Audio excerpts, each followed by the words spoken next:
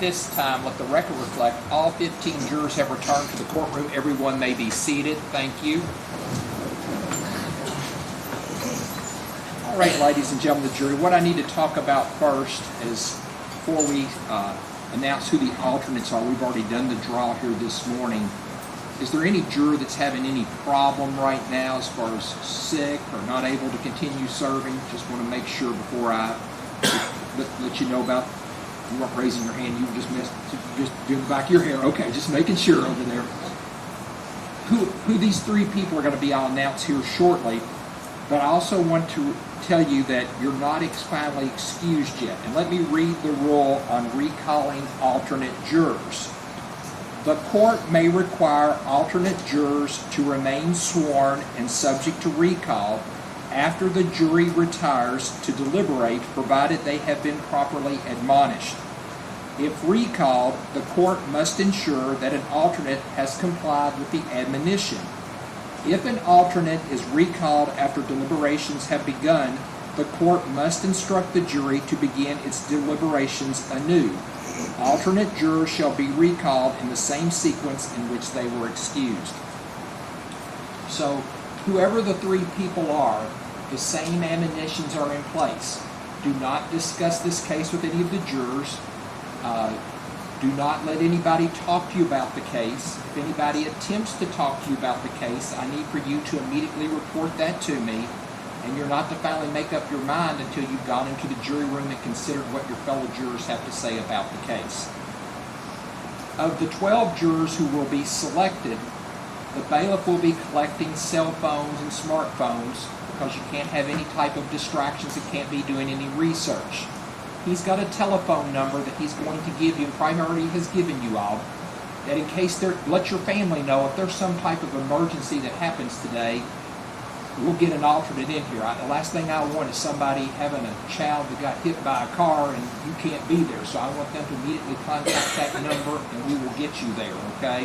Hopefully that will never happen, but I just want to have that as a backup plan. Whoever the 12 jurors are, when you go to deliberate, if there comes a point where it looks like you're going to run into lunch, let the bailiff know what you want for lunch. He'll give you some alternate or some ideas of what they normally pick up here. If it's dinner time and it's getting close, send out. If you want a midnight snack, I hope we don't get to that. Just let him know. So he will work with you on that. All right. At this time, I'm going to announce who has been drawn out as the 12 alternates. The first person drawn out that would be the first alternate is Richard Parrish. Who is Richard Parrish here? Mr. Parrish, okay. I'm going to let you go here in a second, okay? Remember, the same admonitions are in place. If anybody tries to talk to you, including the media, you can't talk about the case until it's been resolved. Sergio Aguiar and Mary McCrite. Okay. I'm sorry that you three are being excused. I don't want you to feel like you have wasted 9 days, 10 days of your life. But there's been a lot of times where I've had to use alternates because something has come up. We're going to let you all go, but remember those same admonitions are in place, and we've got your phone number, and we will let you know when the case is over today or tomorrow, whenever it's over, okay? So you three may go.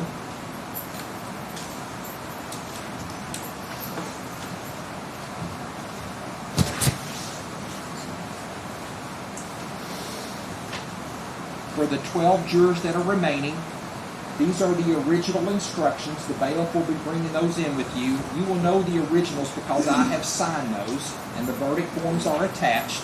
We will send in all of the exhibits that have been introduced, and I'm going to need the bailiffs who are going to take charge of the jury to come around for their oath.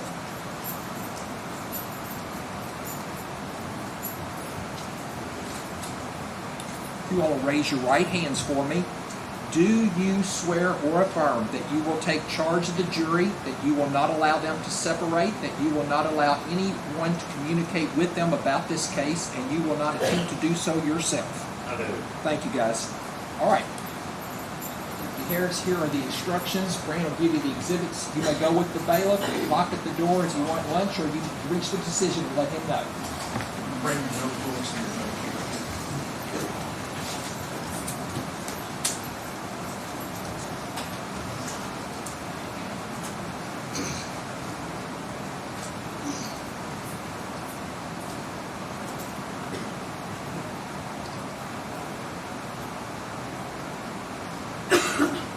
everyone may be seated.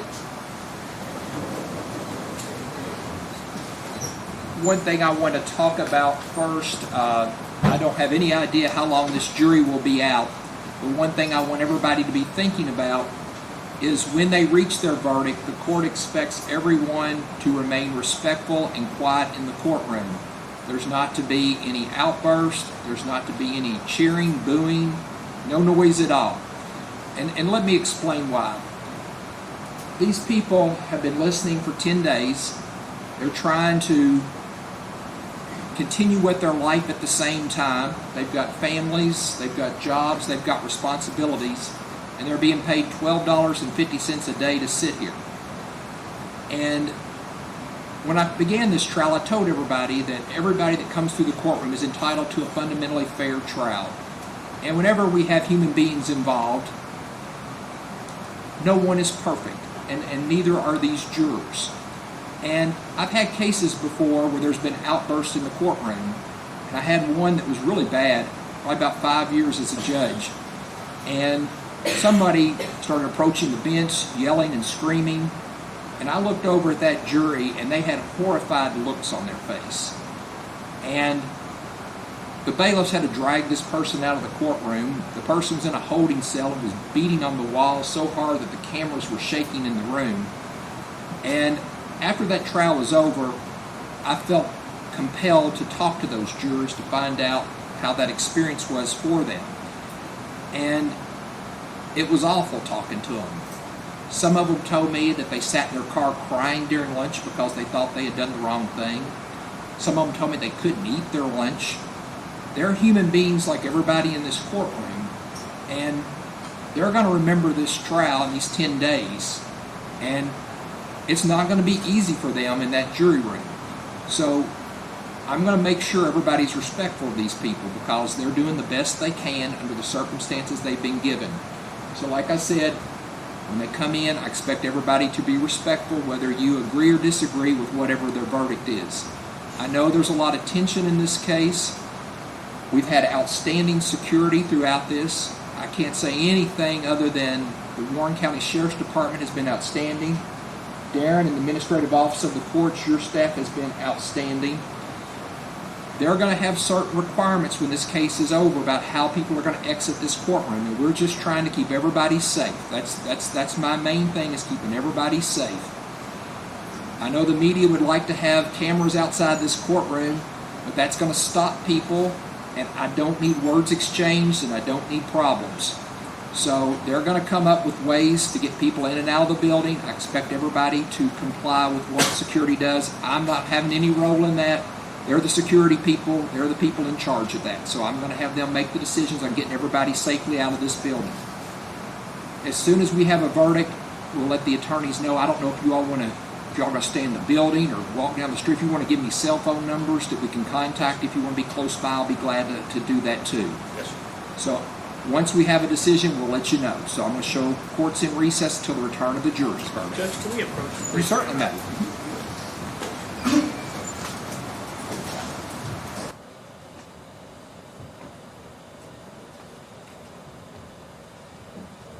What's the reminders that they walked out with? That would be the one exhibit.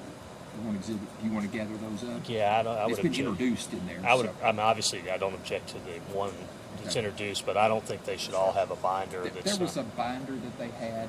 It's been introduced, but I need all the binders. Tell Barry we need all the binders, but that's been introduced if they want to see it. I don't know what number it is, but they can definitely do that. yes, sir. I think if it's the statement, it's in. Well, there's one binder over there that I can see. But Separate exhibit, so they have them as an exhibit also, so that's fine. Okay, yeah, I just don't want that one thing to go back and be we different. will get those. Thank I'm you, sure Judge. right now they're all texting their family to Perfect. let them know they don't know when they'll see them again. It's up to the judge. What's that? He, Shane, I don't know if there's something else they want to discuss. I would like to go back to the hotel. I'm indifferent, but Well, I prefer not to go that far away. Well, I mean, would the court be okay with us zooming back in for juror questions to the courtroom, or? I think we need to be here in person with your client. Yeah, I don't think we need to be on Zoom if we've got some question from a juror. I think, especially if your client wants to confer with you, That makes creates problems. Okay. thank you, Judge. If you want to leave any phone numbers for Fran, if you wanted us, She can text you. All 4 hours, yes. They can keep their notes, no pads.